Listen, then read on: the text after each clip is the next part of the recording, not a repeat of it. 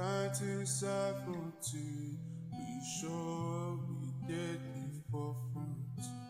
Knowledge for selfish, for sure we did the work. Auditorium to basement of all faculty of law.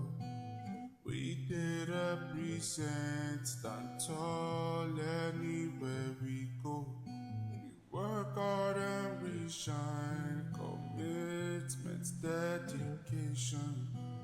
Neurosurgery, comedy, music, Nollywood. SOTK, Dr. Call, MC Casino. We did represent, stand tall anywhere we go. Great UNIBEN, great UNIBEN, great UNIBEN, great UNIBEN.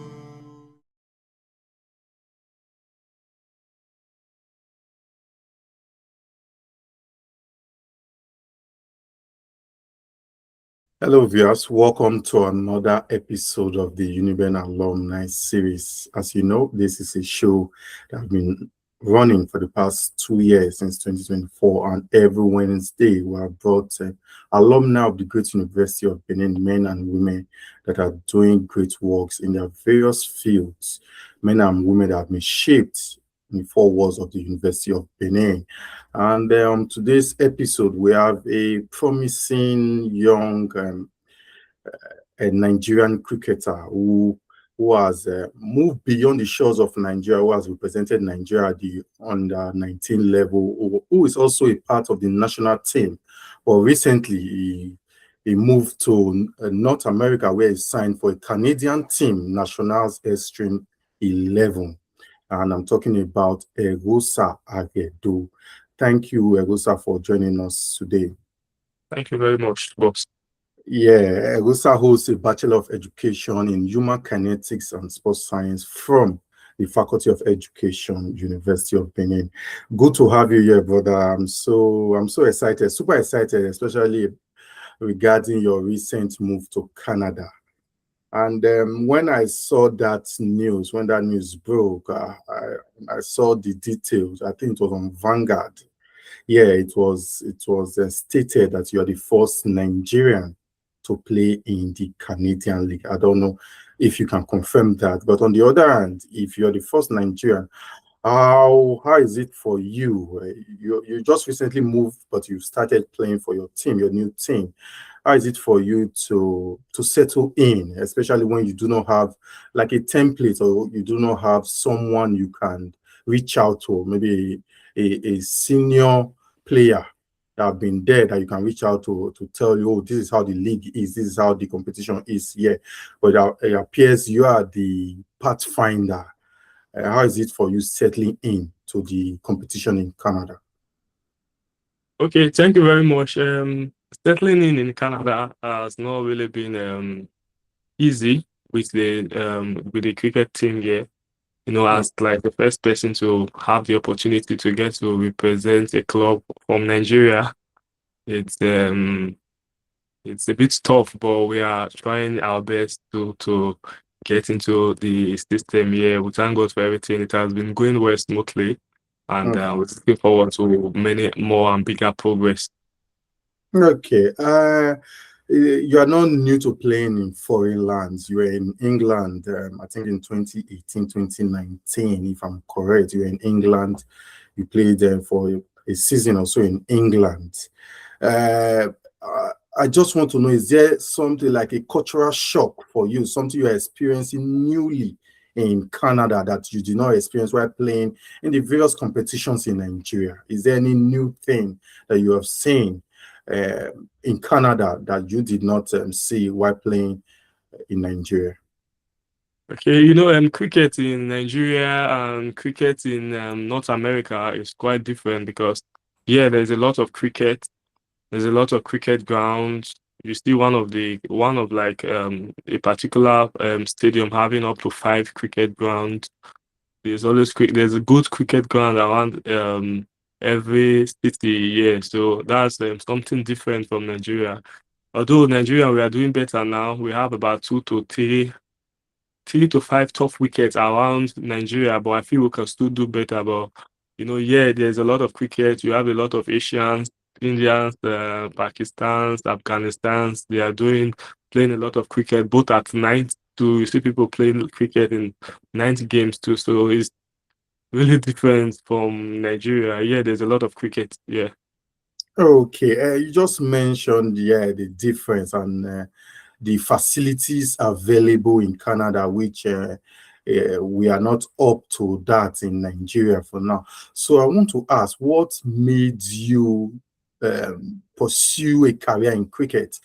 Cricket is not as popular as football in Nigeria. Football is quite the most popular game in Nigeria and even in the world, but in Nigeria particularly, we are talking about a sport that doesn't really have the spotlight, but you have kept on in this field. You have kept on being a cricketer for so many years. I've known you, and that dream you have always lived that dream.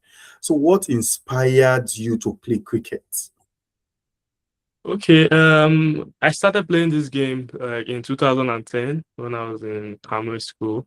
So I've actually been involved in the game.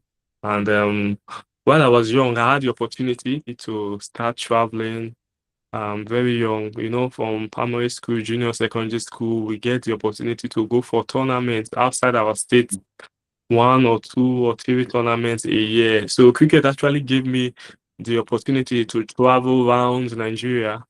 I visited a lot of visited a lot of states when I was in Nigeria, like when I was young, senior secondary school.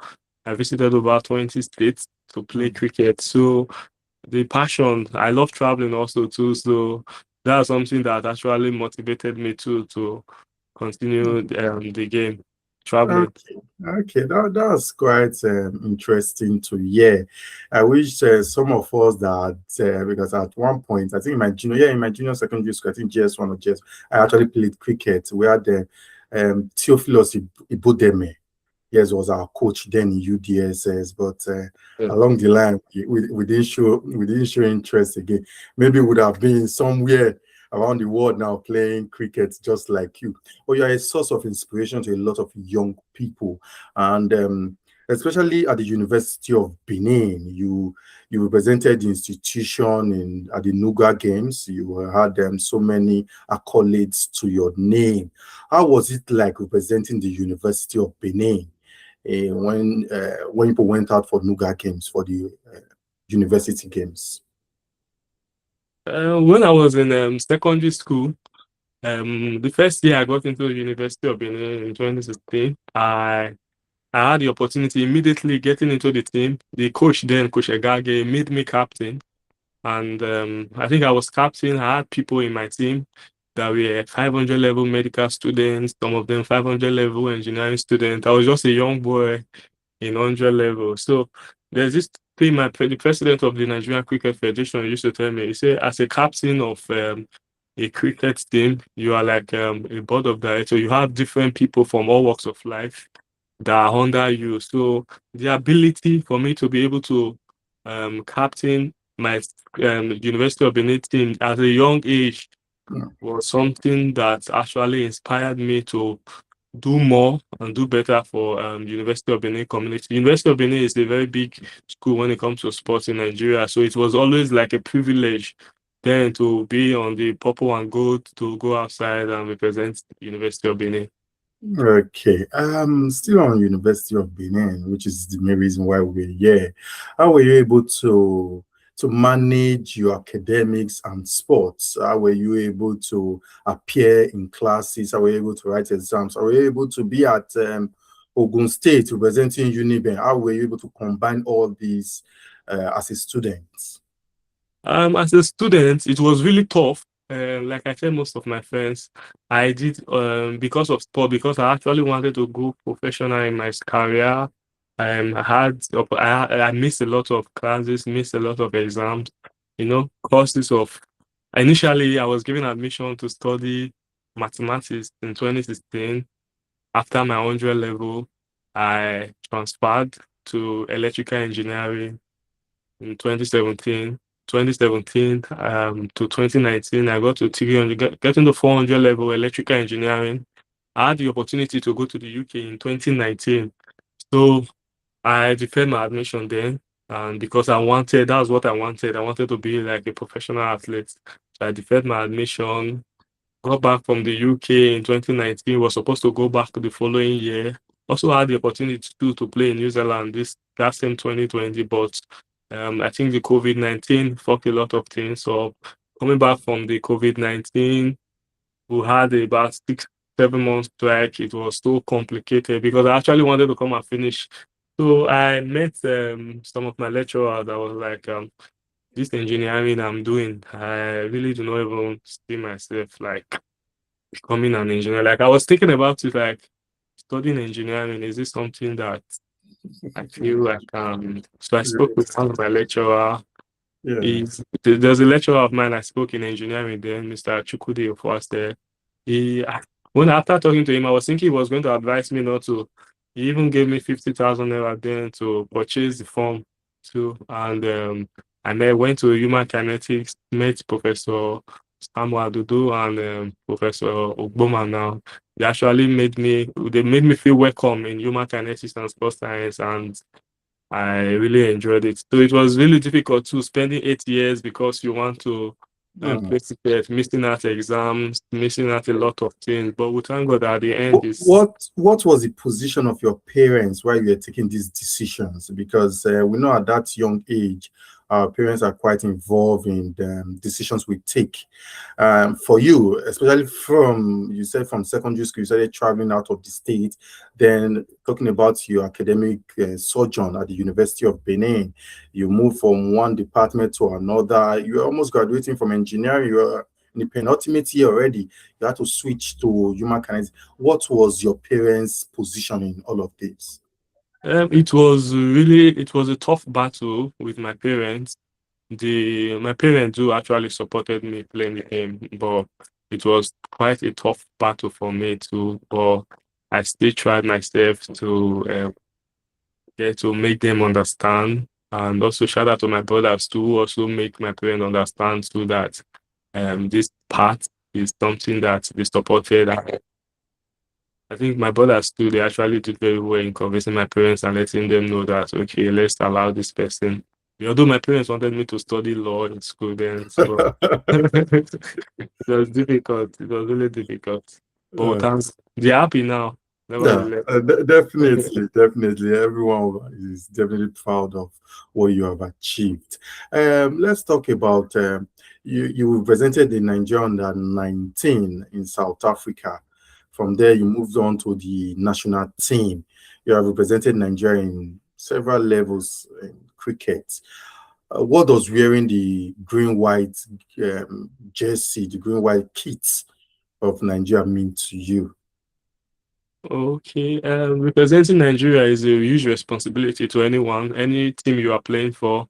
The badge, you know, you are representing over 180 million people. So it feels good. The responsibility feels good, but it's something we keep on trying to work hard and to improve ourselves too. I also got the opportunity to get selected into the national squad. So the national team squad is like a group of 18 to 20 people where they select 16 or 14 people that only get the opportunity to represent Nigeria senior national team side. It was really tough for me too, being in the national team squad because my school academics, I got into politics in school too then. So it was really tough for me to incorporate myself, getting involved because I actually wanted to graduate at some point and leave, just graduate, have a degree first and settle all those things before I start thinking about incorporating myself into the national team squad. But I feel at this level I am now, it's a stepping stone too for me to get a proper call up to represent the national team anytime from now. Okay, yeah, we are waiting for that as well. You talked about politics. You just mentioned politics, and I can remember while I was say in the employ of the University of Benin, you vied for the position of director of sports. What inspired that move? Do you think that as athletes, being a good athlete also translates to being a good administrator, a good sports administrator? Because some people argue that these are two different fields, that being a good athlete does not transit, does not mean that you are definitely going to be a good administrator. But for you, what made you think that you were good to be, you had the capacity to be the director of sport and you could deliver on the sporting promises you made as a then? Okay, I think I would point the narrative about being a good athlete. You can also become a good sport administrator. In 2016, 2016 to 2019, I was like secretary of the Edo State Cricket League, even at a very young age too. So those are things that actually, traveling too, when you travel, I saw a lot of things. I saw the way sports are being managed from state level to traveling outside the country. I saw the way things are being run. I saw the way, so the exposure is something that I actually wanted to bring to University of Benin sports community. And I'm really happy and grateful that at the end of my tenure, it was one of the biggest, and people are still talking about how we were able to organize sporting events and inviting the deputy governor then and a lot of people joining our events in the University of Benin. It was a successful tenure. Okay. Yeah. Yeah. Can you, what was the most impactful policy or program that you did during your time, during your tenure? Okay. During my tenure, I was able to support a few athletes with their school fee. Then in school, there were some people that came to me personally, and we understand from my own personal pocket, not from my own personal pocket, sorry. I had to like talk to people about, oh, this person is a good athlete. They wanted to get involved in, they are involved in sport, but they are unable to pay their school fee. That's one big thing too. That like during my manifesto, I told people that you cannot be an athlete representing University of Benin. You do not have hostel accommodation. Cannot be an athlete representing University of Benin. You are unable to pay your school fees. So that's one bigger point too. And I was also happy that we were able to promote the University of Benin ethics too. That's the major thing. University of Benin ethics through sport. And also after some of the tournaments, we had about 8 of our players having admission into the Benin Insurance Feeders team, then through the help of the then former deputy governor, Right Honorable Philip Shaibu too. So he helped us incorporate some of the players into the Benin Insurance Feeders. We had some players getting into, we had Charity then. She had the opportunity to join the Edo Queens Feeders team, and some persons, not just football. In table tennis too, we had a lot of people, taekwondo too, that had the opportunity to get into Edo State payroll through our impact as director of sports. That's quite commendable. You spent cumulatively, you spent almost 7 years in UNIBEN, if I'm correct, or even more. Yeah. What did UNIBEN teach you? What did you learn from the institution for those number of years? You associated with people, you had leadership position. What did the institution teach you that is it quite handy today that you still reference back and said, oh, it was UNIBEN I learned to do this. It was UNIBEN that taught me to behave in this particular manner? Okay, firstly, for those of us that went through the four corners of University of Benin, first of all, we have the rich, the poor, the ugly, the kind, the handsome. University of Benin, firstly, will humble you, no matter who you are, no matter your background, no matter your financial status. It will humble you. It's an institution where they don't take nonsense, from the lecturing to the management and everything. University of Benin actually cooked me to the person I am today. They taught me how to endure. You see, spending 7 years in school, he taught me how to endure and perseverance and a lot of discipline I learned from the school. It was not really easy for that 7 years. University of Benin actually taught me a lot. University of Benin shaped me to become, I will not lie, University of Benin shaped me to become who I am today. 70 to 80% of my contacts I still have today, they from University of Benin, and I think I'm blessed to have attended that institution. That's good to hear. And lastly, you have held several positions. You have gone out of the country. You have played cricket both in the United Kingdom. You have represented Nigeria and South Africa. You are in Canada now. What do you have seen cricket from different perspectives, from different angles? What do you think we need to do in Nigeria to boost our cricket, so make our cricket more attractive to younger people to be engaged in cricket? Okay, basically, football is like our major sport in Nigeria. I think the major thing we need to push cricket in Nigeria is funding. Sponsorship. Lack of proper funding is something that I think we are lacking in the area. Currently, the president of the Nigerian Cricket Federation, under the guide of Mr. Uyi Apata, he has been doing tremendously well since 2016 when he was vice president to 2019 when he was elected president.